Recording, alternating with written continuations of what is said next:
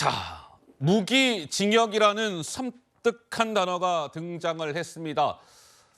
검찰이 최근에 이재명 대표의 두 번째 구속영장을 청구했죠. 그 체포동의안 표결은 내일 국회 본회의에서 진행이 됩니다.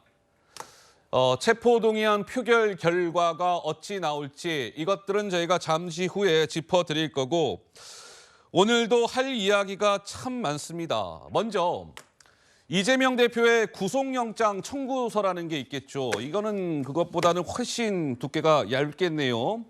143페이지 정도가 된답니다. 구속영장 청구서 143페이지.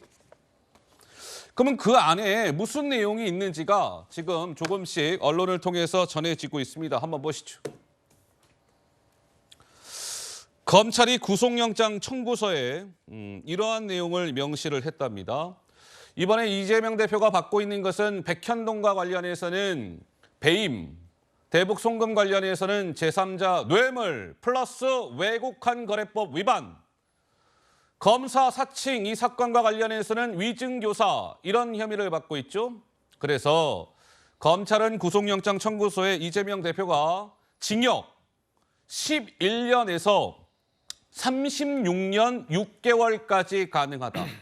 그러니까 36년 6개월까지 가능하다. 또는 무기징역까지도 선고가 가능한 중한 범죄를 이재명 대표가 저질렀습니다.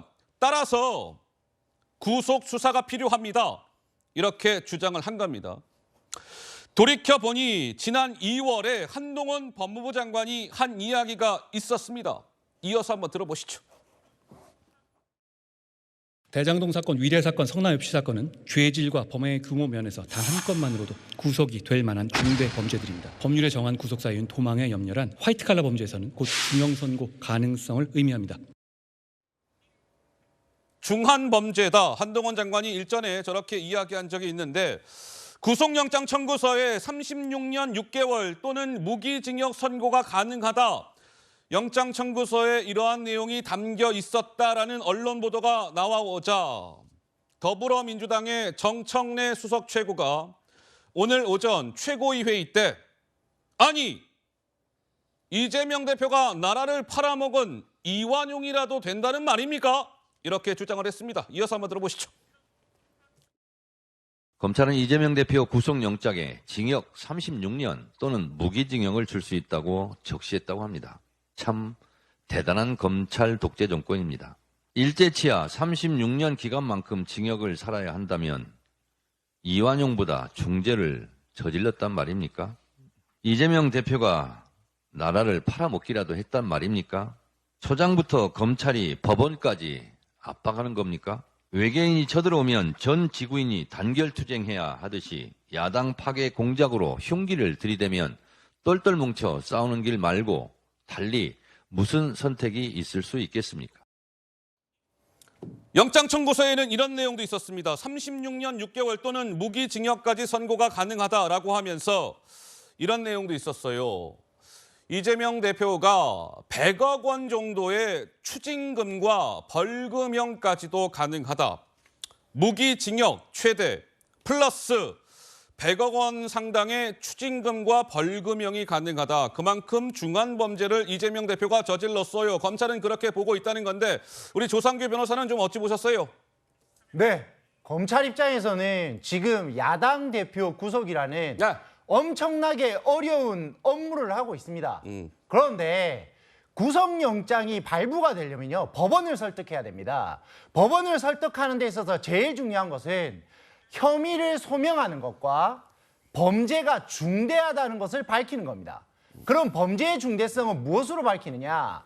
저렇게 엄청나게 높은 처벌이 가능하다, 중한 처벌이 가능하다는 점을 법원에 엄청나게 많이 어필을 해야 된다는 겁니다. 예. 자, 제가 대장동 사건하고 비교했을 때 공소장의 특징 몇 가지를 발견했습니다.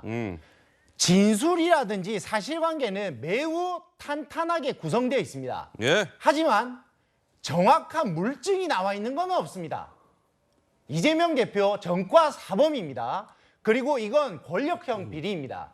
대부분이 관련자의 진술에 의존할 수밖에 없고 그 진술에 의존했던 내용들이 공소장에 하나하나 구체적으로 적시를 한 것입니다. 예. 그렇기 때문에 이번 구속영장 청구에 있어서 가장 핵심은 범죄의 중대성을 법원에 정확하게 알리는 일입니다. 자, 이재명 대표가 이제 쌍방울 대북 송금 건으로는 제3자 뇌물 그리고 백현동 이것은 배임 혐의를 받고 있다 이런 말씀을 드렸습니다. 그런데 이 쌍방울 대북 송금 건과 관련해서 오늘 이재명 대표의 변호를 맡고 있는 변호사 박균택 변호사 이재명 대표 측의 변호인이 오늘 오전에 김어준 씨가 진행하는 유튜브 방송에 출연을 했습니다. 박균택 변호사와 김어준 씨가 서로 이런 대화를 주고받았습니다. 대화 중에는 잡소리 뭐 이런 단어가 등장합니다. 직접 확인해 보시죠. 143페이지입니다. 143페이지. 범죄 사실이 91페이지, 구속이 필요한 사유가 한 52페이지 그랬던 것 같은데 저렇게 길고 장황하다는 자체가 저는 좀 문제가 있는 것 같습니다. 간단한 범죄 사실이 왜 저렇게 네. 90페이지에 이르러야 하는지. 범죄 사실은 간단하잖아요. 그 쌍방울이 이재명 대신 북한에 돈 줬다는 거잖아요. 북한을 제3자 뇌물죄로 엮은 거 보신 적 있어요? 좀 처음 겪어본 일입니다. 북한이 돈을 받으면 이재명 대표가 돈 받은 거와 마찬가지라는 어떤 인식이 깔린 거잖아요. 예, 맞습니다. 이게 어떻게 가능한 얘기지? 이게? 방북을 위해서 노력한 과정이 수십 페이지에서 걸쳐서 써졌다는 것 자체가 그 핵심을 피해서 주변만 그렇게 맴도는 이런 문제점이 있는 것이죠. 입증을 못하니까 예. 앞에 장황한 잡소리만 하는 거잖아요. 김어준 씨는 잡소리라고 표현을 했습니다. 그런데 이재명 대표가 이 대북 송금 의혹이 불거지자 여러 차례 공식 석상에서 한 이야기가 있었죠. 제가 지금 다시 좀 보니까 역시 소설이라는 단어가 몇 차례 등장을 하는군요. 직접 한번 이어서 들어보시죠. 대북 송금 300만 달러 검찰의 신작 소설이 나온 것 같은데 당전의 창작 실력으로 봐서 잘 안 팔릴 겁니다. 공적자금 관련해서 이화영 노조장에게 보고받으신 적 없으십니까? 참 그 소설 가지고 자꾸 그러시는 것 같아요. 황당한 얘기죠. 공소장이 한 달 반 만에 돈을 준 사람, 또 받은 사람, 받은 장소, 날짜 그 경위가 다 다르지 않습니까? 네, 이런 터무니없는 얘기들을 가지고 정말 소설을 쓰고 있는데 국가 권력을 남용하는 것이고 정치 공작이다. 소설이자 정치 공작이다. 이재명 대표는 줄곧 저렇게 주장을 해왔습니다. 그런데 검찰이 보는 것은 이재명 대표의 주장과는 180도 다릅니다. 143페이지에 달하는 구속영장 청구서에는 이런 내용도 적혀 있었습니다. 핵심은 대북 송금과 이렇게 관련해서 이재명 대표가 경기지사로 있으면서 그 밑에 있던 이화영 당시 평화부지사로부터 800만 달러를 쌍방울이 대납을 하기 전에 최소 17차례 보고를 받았다. 이겁니다. 횟수가 정확하게 적시가 됐어요. 최소 17차례. 17차례는 그러면 어떠했을까요? 이러했습니다. 스마트판 관련 보고 7차례, 이재명 방북 관련 보고 7차례, 방북비 대납 관련 보고 3차례, 7 더하기 7 더하기 3은 17. 최소 17차례 이재명 보고. 이렇게 구속영장 청구서에 적시가 됐다. 조정원 의원님은 무슨 생각이 드시는지요? 네, 143페이지에 굉장히 긴 거라고 합니다. 저는 이제 법률 전문가가 아니라서 지식은 짧은데요.